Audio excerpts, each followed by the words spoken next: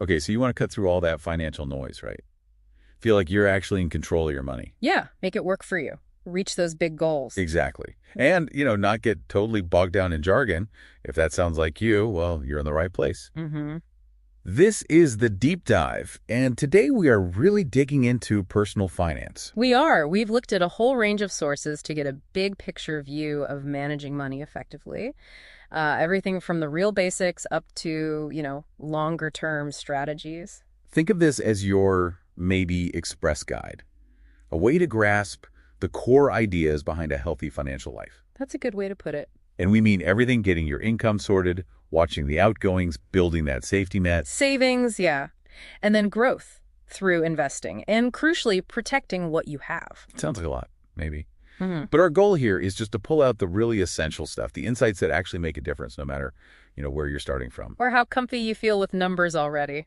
Our mission really is to give you a clear, engaging, and actionable picture. We want you walking away feeling more empowered, more in control. Definitely more confident about your financial future. Mm-hmm. So to help navigate all this, we're using a simple framework.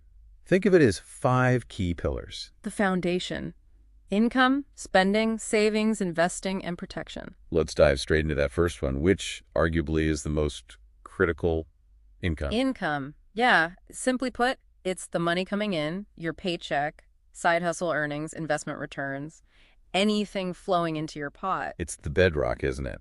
Everything else kind of builds on that. Absolutely. Without income, saving, investing, even covering basics, it's just really challenging. It sounds obvious, but actually sitting down and listing all your income streams, Yeah. even the small ones. It gives you such a clearer picture. Sometimes you find money you didn't even realize was, consistently there. Right, a clearer view of the whole landscape.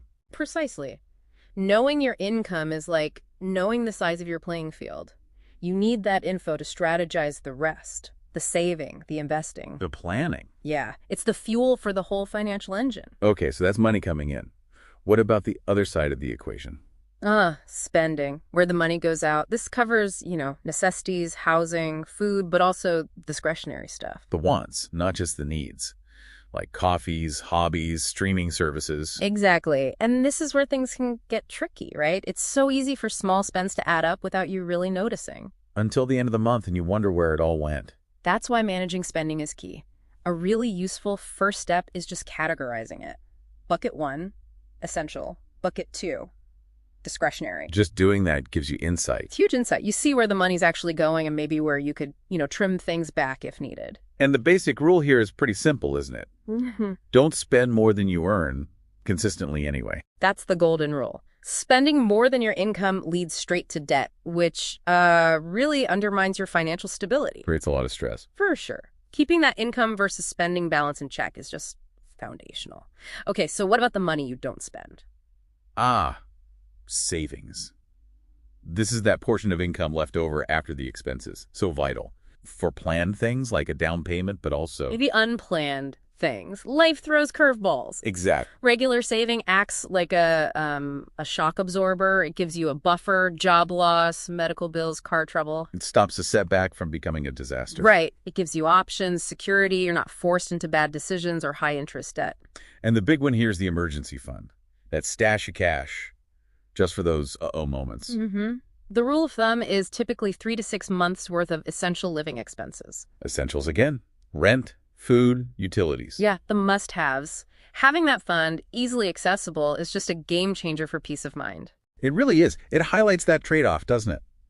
Putting money aside now means maybe less fun spending today. But much more security tomorrow. It's a conscious choice. Okay. Income in, spending managed, savings buffer built.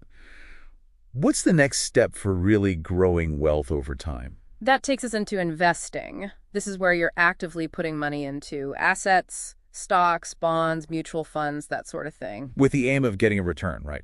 Growing the pot. Exactly. Increasing your overall wealth long term. Now, investing, that word scares some people. Sounds risky, complicated. And, well, there is risk involved. Let's be clear about that. No investment is guaranteed. But not investing is also a risk. It absolutely can be. Yeah. Especially for long-term goals like retirement. Inflation erodes the value of just sitting cash over time. Investing gives your money the potential to outpace that. So we're talking about things like stocks, which is owning a tiny piece of a company, Right. Or bonds, where you're essentially lending money. to governments or companies. Yeah. And mutual funds or ETFs, those baskets of different investments. Diversification, yeah. Spreading the risk. Real estate fits in here too, potentially. So many options. And they all have different risk and return profiles. The trick is finding a mix that aligns with your goals, how much time you have, and crucially, your personal comfort level with risk. Your risk tolerance. Investing is fundamentally about making your money work a bit harder for you. Got it. So income, spending, savings, investing. What's the fifth pillar? The one holding it all together. Protection. This is about using tools like insurance and doing some planning to shield yourself and your assets from financial hits. And planning for the future, ensuring your wishes are followed. Precisely. So insurance is a big part of it. We're not just talking car insurance. No, much broader. Health insurance is massive, obviously. Life insurance, if people depend on you. Disability insurance, homeowners or renters, all designed to prevent a specific event from causing financial ruin. Protects your assets and your well-being. And then there's the planning side, estate planning. Wills, trusts, Yeah. that kind of thing. Exactly. It's about making sure your assets go where you want them to go if something happens to you. It provides clarity and security for your family. Peace of mind for you, too. Definitely. Even retirement planning fits under protection in a way, protecting your future self. So this whole pillar is about managing risk and providing that safety net. Okay, great framework. Income, spending, saving, investing, protection. But just knowing the pillars isn't enough, right? We need skills to actually manage them. Absolutely. Practical skills are key. And the first, probably most fundamental, is budgeting. Creating that financial roadmap. Exactly. Tracking the income, deciding where it goes, savings goals, expenses. It's your plan. People compare it to brushing your teeth, a regular habit for financial health.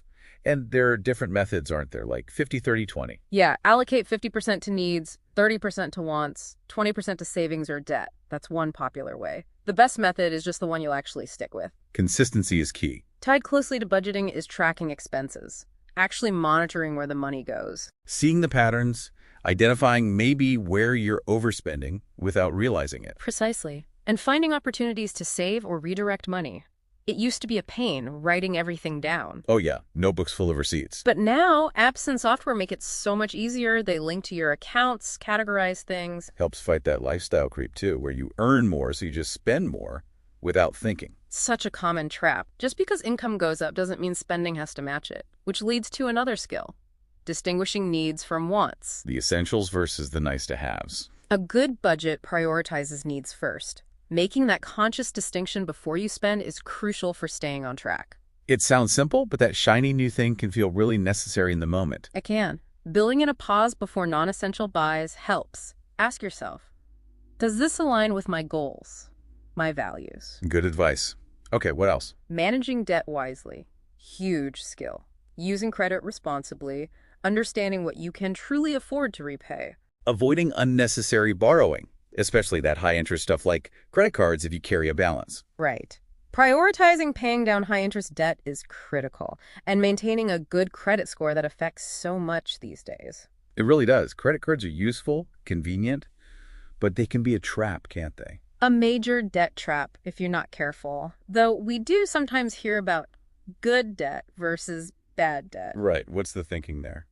Well, good debt is typically borrowing for something that might increase in value or boost your future income, like a mortgage maybe, or student loans if managed well. Stuff that's an investment, potentially. Potentially, yeah.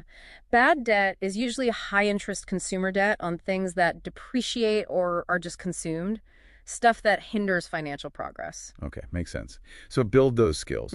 Budgeting, tracking, needs versus wants, smart debt management. Let's circle back to future planning. Yeah, this needs a proactive mindset. Saving and investing for the long haul. We mentioned the emergency fund, 3 to 6 months of expenses. That's step one for resilience. Having that buffer is just foundational security. Then saving for specific goals, short term, like a holiday, or longer term, like that house deposit or retirement. Having goals makes saving easier, gives it purpose. Definitely. And automating it helps tremendously. Set up automatic transfers to savings right after payday. The pay yourself first idea. Exactly, before you're tempted to spend it elsewhere. Explore high-yield savings accounts, too. Make your savings work a little harder. And don't underestimate starting small, but early. Compound. The magic of compounding interest. Even small amounts saved consistently over many years can grow into really significant sums. Time is your biggest ally. It's amazing when you see the charts. Which brings us back to investing, again, aiming for that long-term growth. Right, acquiring assets strategically. Understanding that risk-return trade-off is key. Higher potential returns usually mean taking on more risk. So you need to balance that. And diversification helps manage the risk. Don't put all your eggs in one basket. Spread investments across different types, stocks, bonds, maybe real estate. Got it. Yeah. And again, compounding works its magic here too. Absolutely. Your investment earnings start generating their own earnings over time. It snowballs. But again, you have to understand your personal risk tolerance before you jump in. Right. Don't take on more risk than you can sleep with at night. Okay, so we're growing the money, but we also need to protect it all. Let's revisit that. Insurance is your main shield here, protecting against the financial fallout of unexpected bad events. Yeah. Health, life, auto, home, disability, long-term care. They all cover different risks. It's definitely worth taking time to understand your policies, what they actually cover, and shop around periodically. Absolutely. Compare providers, make sure you're getting good value and the right coverage, and review it regularly. Life changes, your insurance needs might change too. Good point. Then there's estate planning.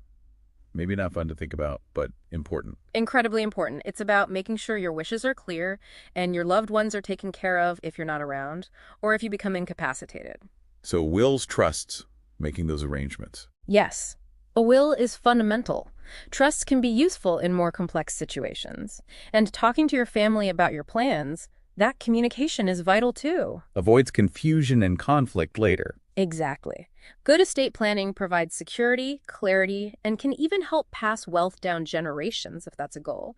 Given the legal side, getting advice from an estate planning attorney is really recommended. Definitely seems like a place for professional help. Okay, it's super clear that personal finance isn't a set it and forget it thing. It changes throughout life. Oh, absolutely. It's dynamic. Your priorities shift.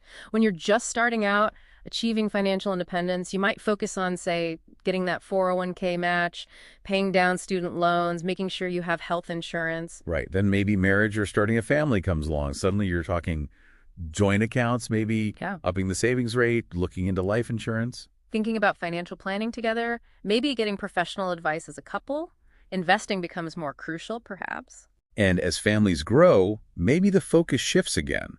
Smart saving for kids' education, like 529 plans, while still funding your own retirement. And keeping that emergency fund topped up, diversifying investments. It's a juggling act. Then, as you get into retirement, the focus sharpens again. Making sure the nest egg is big enough, maybe making catch-up contributions. Figuring out when to retire, how you'll take distributions from accounts, looking into long-term care insurance, applying for Social Security. Lots to consider there. Might need experts like trust advisors then. Possibly. And let's not forget, midlife. Many people become the sandwich generation. Yes. Managing your own finances, plus maybe helping kids and aging parents. It's a lot of pressure.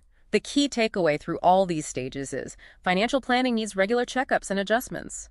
Life happens. Be aware of those midlife money pitfalls too. It's a journey, constantly adapting. Fortunately, we don't have to figure it all out alone. There are tons of resources now, right? So many. For budgeting and tracking, you've got loads of apps. Mint, YMB, others. Many banking apps have built-in tools now too. Or just a good old spreadsheet works for some people. Totally. Worksheets, online bank simulators, lots of options. And for financial education, reliable websites are everywhere. Investopedia, NerdWallet. The big investment firms like Vanguard and Fidelity have great educational sections too. And government sites like mymoney.gov or the FDIC's Money Smart program. Unbiased info there. What about calculators and planning tools? Oh yeah, tons of those online. Savings calculators, retirement estimators, debt payoff tools, budget worksheets, planning checklists, even financial fitness quizzes. Really helpful for getting specific numbers. And sometimes you just need a person. Professional advice. Exactly. Don't hesitate to seek it out when needed. Financial advisors for personalized plans, credit counselors if you're struggling with debt. And estate planning attorneys, as we mentioned. Right. Use the resources available. Okay, so wrapping this up, The big message seems to be that personal finance is an ongoing process, a journey, not a one-time fix. Precisely. It requires continuous learning and adapting. But by getting a handle on these core ideas, Hmm. the pillars, the skills, and using the tools out there, Hmm. you really can navigate your financial life more confidently. You can work towards your specific goals, whatever they might be. Feel more in control. Absolutely. So maybe a final thought for you, the listener, to mull over. Looking at those 5 pillars, income, spending, savings, investing, protection, which one feels like it needs your attention the most right now? Where's the biggest opportunity for you to strengthen things? And thinking about that, what's just one small concrete step you could take, maybe even today, to move forward in that area? Just one small step. Yeah, taking that first proactive step, however small, can really start building momentum towards a more secure and confident financial future.